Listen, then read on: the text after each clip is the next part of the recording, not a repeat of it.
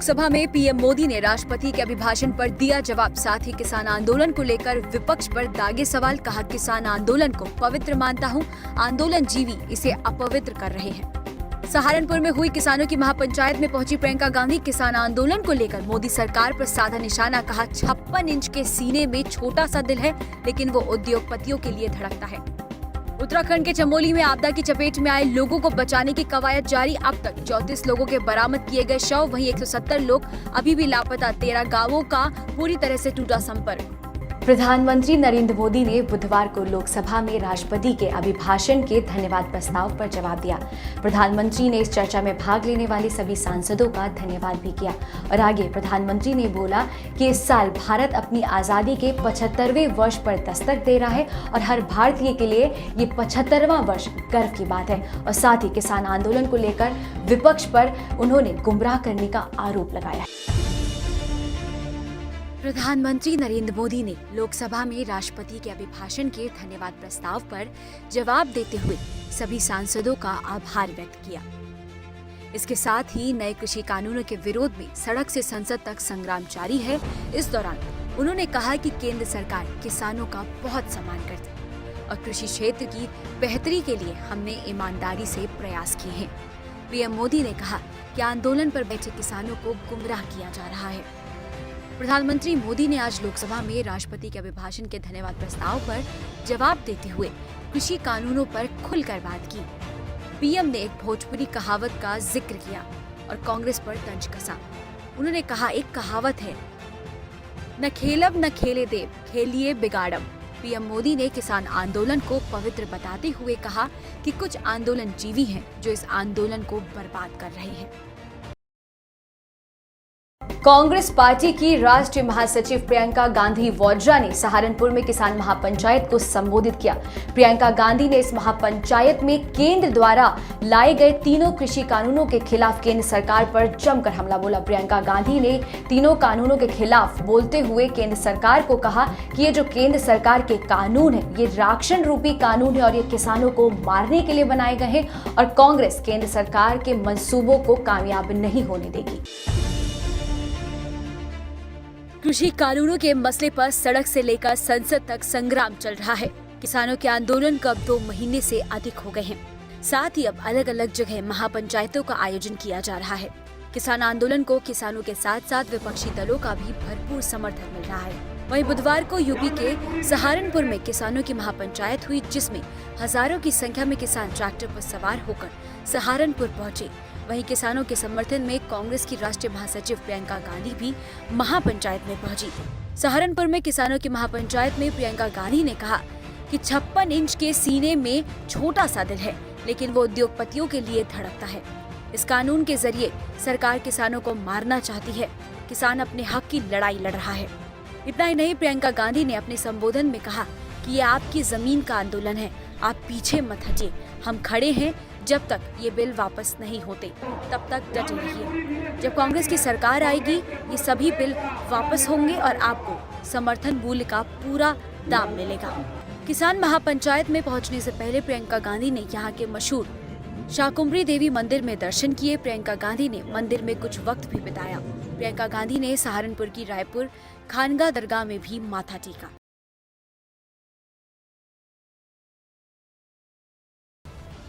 26 जनवरी के दिन लाल किले पर हुई हिंसा में स्पेशल सेल ने एक के बाद एक 2 लोगों पर शिकंजा कसा है। मंगलवार को दीप सिद्धू को गिरफ्तार करने के बाद पुलिस ने अब इकबाल सिंह को गिरफ्तार किया है।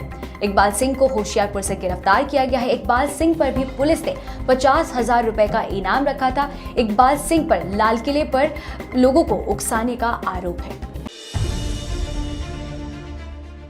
3 कृषि कानूनों के खिलाफ 26 जनवरी को लाल किले पर हुई हिंसा के मामले में मुख्य आरोपी दीप सिद्धू के पकड़े जाने के बाद अब एक और गिरफ्तारी हुई है। दिल्ली पुलिस ने यह जानकारी दी है कि इकबाल सिंह को स्पेशल सेल ने मंगलवार रात पंजाब के होशियारपुर से गिरफ्तार किया। उसकी गिरफ्तारी पर 50,000 रुपए का इनाम रखा गया था। इसके पहले मंगलवार को सबसे बड़े आरोपी दीप सिद्धू की गिरफ्तारी हुई थी, जिसकी पुलिस सरगर्मी से तलाश कर रही थी। दीप सिद्धू को स्पेशल सेल ने अदालत में पेश किया था, जिसके बाद उसे 7 दिन की पुलिस हिरासत में भेज दिया गया है। इन दोनों की गिरफ्तारी के बाद से इस केस की जांच में पुलिस को काफी मदद मिलेगी। इकबाल सिंह पर लोगों को उकसाने का आरोप है।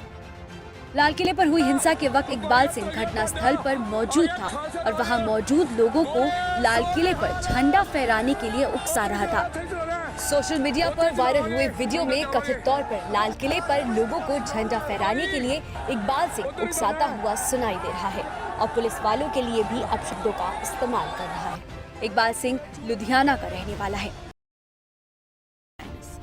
उत्तर प्रदेश के कासगंज में एक शराब माफिया ने दिल दहला देने वाली घटना को अंजाम दिया है। यहां पर सरकारी नोटिस लेकर पहुंचे सिपाही की हत्या कर दी गई है और दरोगा को मार मार कर घायल भी कर दिया गया है। इस घटना में पुलिस के साथ हुई मुठभेड़ में एक आरोपी को मार भी गिराया गया है, जिसके बाद कासगंज के पुलिस लाइन में ही शहीद सिपाही को गार्ड ऑफ ऑनर भी दिया गया। उत्तर प्रदेश के कानपुर का बिकरू कांड तो याद ही होगा, लेकिन इस कांड के बाद भी उत्तर प्रदेश में बदमाशों के हौसले बुलंद होते जा रहे हैं। वहीं अब कासगंज में बिकरू जैसा ही कांड हुआ है। कासगंज में पुलिस प्रशासन कथित रूप से शराब तस्करी गतिविधियों पर मोती नाम के एक हिस्ट्री शीटर को संपत्ति की कुर्की के लिए 2 पुलिसकर्मी कानूनी नोटिस देने गए थे, लेकिन जैसे ही पुलिसकर्मी वहां पहुंचे तो बदमाशों ने घात लगाकर हमला कर दिया। बदमाशों ने लाठी और दूसरे हथियारों से हमला कर पुलिस कर्मियों को बंधक बना लिया। हमले में एक पुलिस कांस्टेबल की मौत हो गई, जबकि एक सब इंस्पेक्टर गंभीर रूप से घायल हो गया। मृतक कांस्टेबल की पहचान देवेंद्र के रूप में हुई है, जबकि एसआई की पहचान अशोक कुमार के रूप में हुई है।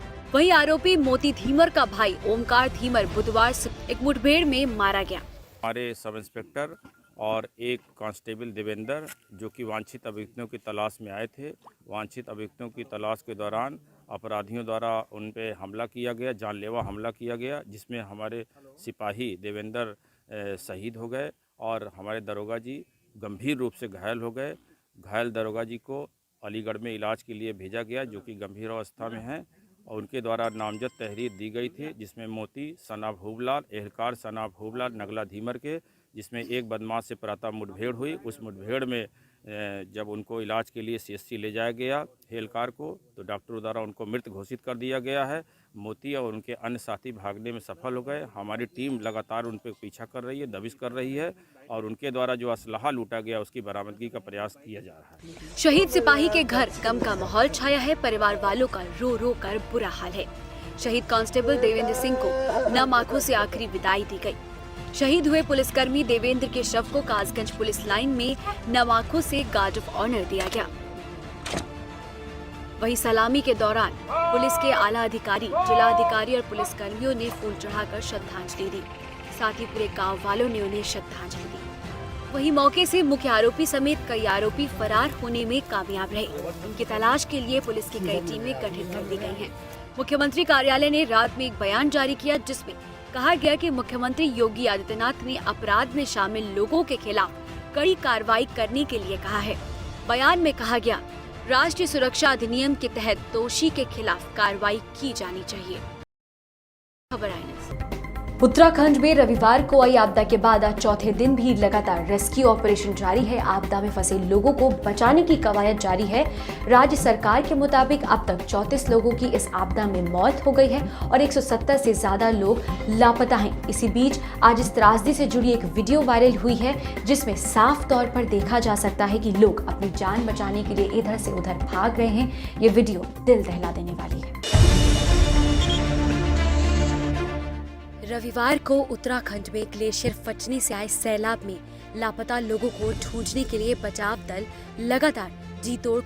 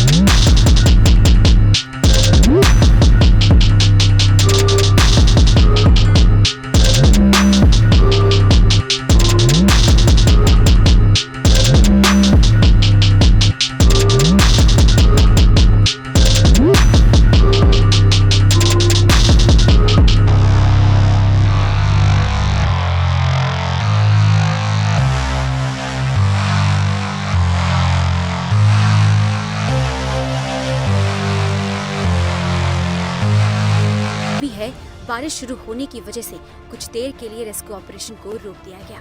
भारत में कोरोना की रफ्तार दिन प्रतिदिन कम होती जा रही है। देश में पिछले 24 घंटे में 11,000 से ज्यादा नए मामले सामने आए हैं और 94 लोगों की मौत हुई है। राहत की बात यह है देश में कि जो रिकवरी दर है वो 97% से ज्यादा है और अब तक 66 लाख से ज्यादा लोगों को कोरोना वैक्सीन भी लगा दी गई है। देखिए पूरी रिपोर्ट। कोरोना का कहर भारत में कम होता नजर आ रहा है। देश में लगातार 12वें दिन 15,000 से कम कोरोना केस दर्ज हुए हैं। स्वास्थ्य मंत्रालय के बुधवार सुबह जारी की गई आंकड़ों के हिसाब से पिछले 24 घंटों में 11,067 नए कोरोना केस सामने आए हैं और 94 लोगों की जान चली गई है। बीते दिन 13,087 लोग कोरोना से ठीक भी हुए हैं। देश में टीकाकरण भी चल रहा है और अब तक करीब 66 लाख से ज्यादा लोगों को वैक्सीन लगाई जा चुकी है। स्वास्थ्य मंत्रालय के आंकड़ों के अनुसार देश में कोरोना संक्रमितों की संख्या 1,08,58,371 हो गई है। अब तक कुल 1,05,61,608 मरीज ठीक हो चुके हैं और 1,55,252 लोगों की जान गई है। कोविड-19 के मौजूदा मामलों की संख्या 1.5 लाख से नीचे है। इस समय देश में 1,41,511 एक्टिव केसेस हैं। रिकवरी रेट की बात करें तो यह मामूली बढ़ोतरी के बाद 97.27% पर पहुंच गया है। यह अब तक सबसे ज्यादा है। पॉजिटिविटी रेट 1.30% है और डेथ रेट 1.43% है। ICMR के आंकड़ों के मुताबिक मंगलवार को यानी कि 9 फरवरी को 7,36,903 परीक्षण होने के बाद देश में अब तक टेस्टिंग की कुल संख्या 20,33,24,655 हो गई है। आपको बता दें कि देश में अब तक 66,11,561 कोरोना वैक्सीन डोज दिए जा चुके हैं।